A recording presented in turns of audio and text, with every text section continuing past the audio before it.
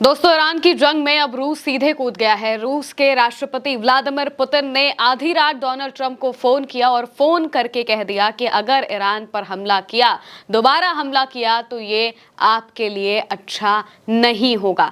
भारतीय समय के मुताबिक करीब रात में 10 से 12 बजे के बीच दोनों के बीच बातचीत होती है। 1.5 घंटे तक बातचीत चलती है, जिसमें ईरान जंग का भी जिक्र होता है और इस दौरान ही बताया जाता है कि पुतिन ने साफ तौर से ट्रंप को कहा है कि अगर दोबारा हमला करने का कोई भी प्लान आपने बनाया तो वो बिल्कुल खतरनाक होगा और आपके लिए सबसे बड़ी बात है कि बहुत ज्यादा मुश्किल होगा।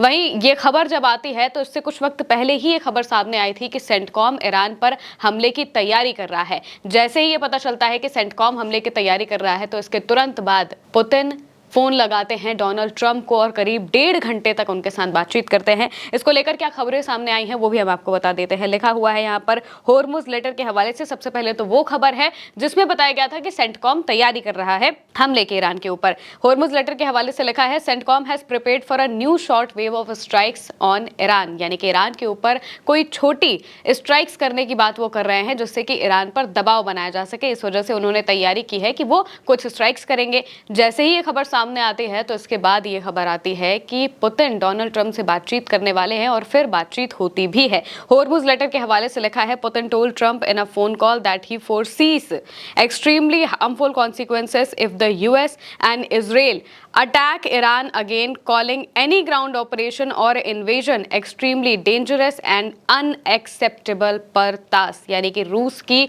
जो न्यूज एजेंसी है तास के मुताबिक यहाँ पर बताया गया है कि पुतिन ने ट्रंप को फोन पर बताया कि अगर अमेरिका और इजराइल फिर से ईरान पर हमला करते हैं तो इसके बेहद नुकसानदेह नतीजे हो सकते हैं और उन्होंने किसी भी जमीनी कार्रवाई या हमले को बेहद खतरनाक और नामंजूर बताया है। यानी कि अगर कोई भी आपने हमला किया तो वो बहुत खतरनाक होगा और दूसरी तरफ अनएक्सेप्टेबल भी होगा, यानी कि उसे बख्शा नहीं जाएगा। वो हमला बहुत खराब होगा, बिल्कुल उसे नहीं होना चाहिए। ये बात यहाँ पर पुतिन कहते हुए दिखाई देते हैं। अब ये इन जो बातचीत की गई है, इस बातचीत की टाइमिंग पर सबसे पहले सवाल उठ रहा है।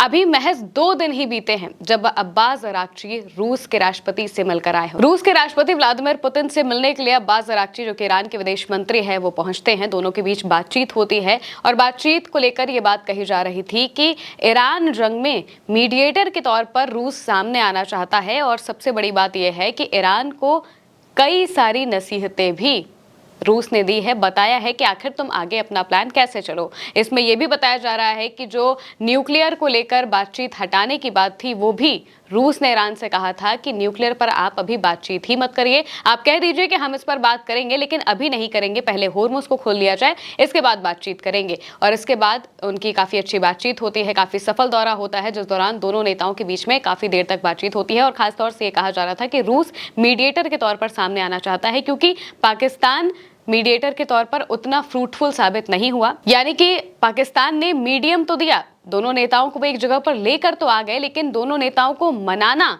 उनके लिए काफी ज्यादा मुश्किल साबित हुआ और इस वजह से वो बातचीत सफल नहीं होती है। इस्लामाबाद में बातचीत नहीं हो पाती है बाद में। अब ये कहा जा रहा है कि रूस मीडिएटर के तौर पर सामने आ सकता है क्योंकि पहले भी रूस ने ये पेशकश रखी है कि अगर इस जंग को खत्म कराना है तो इसके लिए जो कुछ भी बन पड़ेगा वो रूस करता हुआ दिखाई देगा। और जैसे ही ये खबर सामने आती है कि वापस से ईरान पर हमले की तैयारी की जा रही है, क्योंकि एक तरफ इजराइल पहले से ही तैयार बैठा है, वो कभी भी अमेरिका का इशारा हुआ तो वो हमला करने के लिए तैयार बैठा हुआ है कि उसे हमले करने ही करने हैं। और वहीं दूसरी तरफ अब सेंटकॉम ने कहा है कि वो एक शॉर्ट रेंज की स्ट्राइक करने की बात कह रहे हैं कि बहुत छोटी एक स्ट्राइक की जाएगी जिससे ईरान पर दबाव बनाया जा सके। और ये सब कुछ होर्मुज में बैठे बैठे वो करने की बात कर रहे हैं। इसको लेकर ट्रंप तक बाकी की जो जानकारियां हैं वो भी पहुंचाई जाएंगी और बहुत जल्द ऐसा किया जाएगा। इसको लेकर जो खबरें हैं वो सामने आई। इसी वजह से पुतिन ने डोनाल्ड ट्रंप को फोन मिलाया, उनसे बातचीत की और साफ तौर से उन्हें ये कहा कि अगर आप दोबारा हमला करने के बारे में सोचेंगे तो ये आपके लिए सबसे ज्यादा खतरनाक होगा क्योंकि ईरान तो तैयार बैठा है।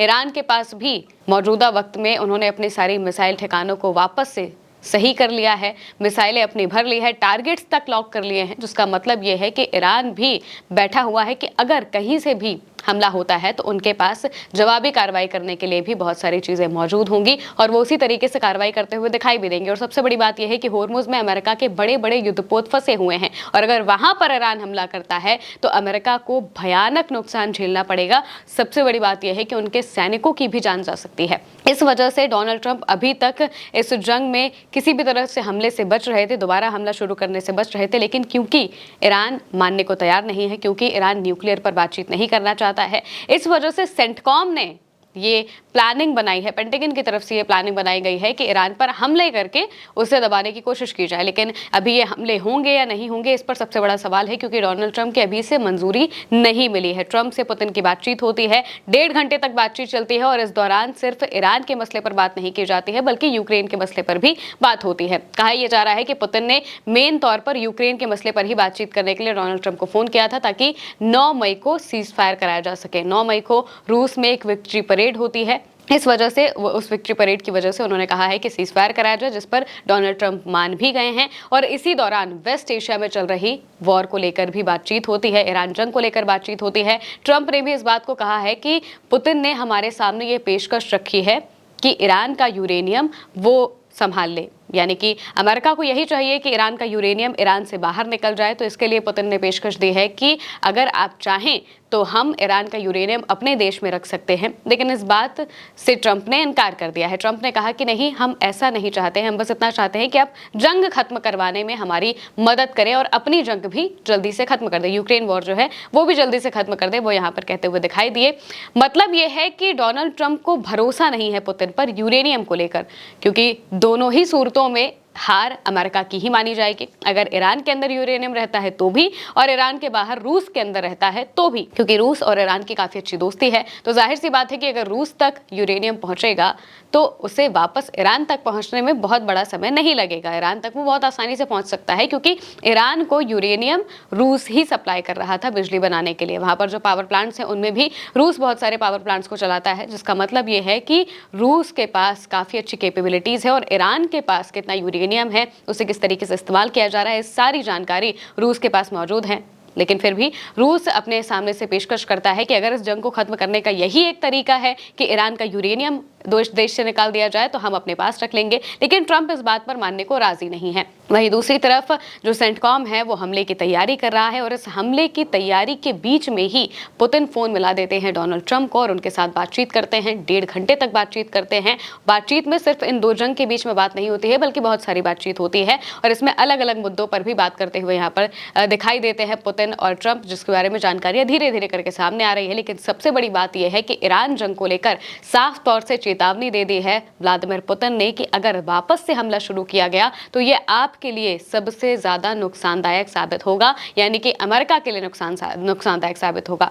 दरअसल अमेरिका के ईरान जंग में करीब 40 दिनों की जो जंग हुई उसमें $25 बिलियन खत्म हो चुके हैं, खर्च हो चुके हैं। $25 बिलियन स्वाहा हो गए हैं अमेरिका के इस जंग में और इस बात को खुद पेंटागन ने कोट किया है। पेंटागन के ऑफिशियल्स ने कहा है कि हमारे $25 बिलियन खर्च हुए हैं ईरान की इस जंग में, जिसका मतलब यह है कि अगर वापस से जंग शुरू की गई तो अमेरिका को और बड़ा नुकसान झेलना पड़ेगा। और वैसे भी अमेरिका में जो डोनाल्ड ट्रंप की रेटिंग है वो गिरती चली जा रही है। उनकी अप्रूवल रेटिंग मौजूदा वक्त में 30 से भी नीचे पहुंच गई है, 30% से भी नीचे पहुंच गई है। बल्कि जब जनवरी 2025 में वो राष्ट्रपति बने थे उस वक्त ये रेटिंग 47% के आसपास थी और अब तक के उनके कार्यकाल की ये सबसे निचले स्तर पर पहुंच गई है। वहीं नवंबर में मिड टर्म इलेक्शन भी आने वाले हैं अमेरिका में, जिस वजह से ट्रंप की पार्टी को नुकसान हो सकता है अगर ये जंग ऐसे ही चलती रही और महंगाई अमेरिका में बढ़ती रही। तो इस वजह से डोनाल्ड ट्रंप चाहते हैं कि जितनी जल्दी हो सके ईरान को मनवा कर इस जंग को खत्म किया जाए। अभी तक बताया जा रहा था कि नाकाबंदी को ही आगे बढ़ाया जाएगा क्योंकि हमलों में खतरा है, लेकिन सेंटकॉम की तरफ से कहा जा रहा है कि वो एक प्लानिंग कर रहे हैं हाइपरसोनिक मिसाइल का इस्तेमाल करके ईरान के मिसाइल ठिकानों पर हमला करने की। और अगर ऐसा हुआ तो जाहिर सी बात है कि ईरान चुप तो बिल्कुल भी नहीं बैठेगा, वो वापस से हमला कर सकता है। इसी वजह से चेतावनी रूस के जरिए अमेरिका तक पहले ही पहुंचा दी गई है और अगर इसके बावजूद कोई हमला करने की कोशिश की जाएगी तो उसका तगड़ा जवाब भी अमेरिका को झेलना पड़ेगा। फिलहाल के लिए मेरे साथ इस खबर में इतना ही। आप देखते रहिए उल्टा चश्मा यूसी।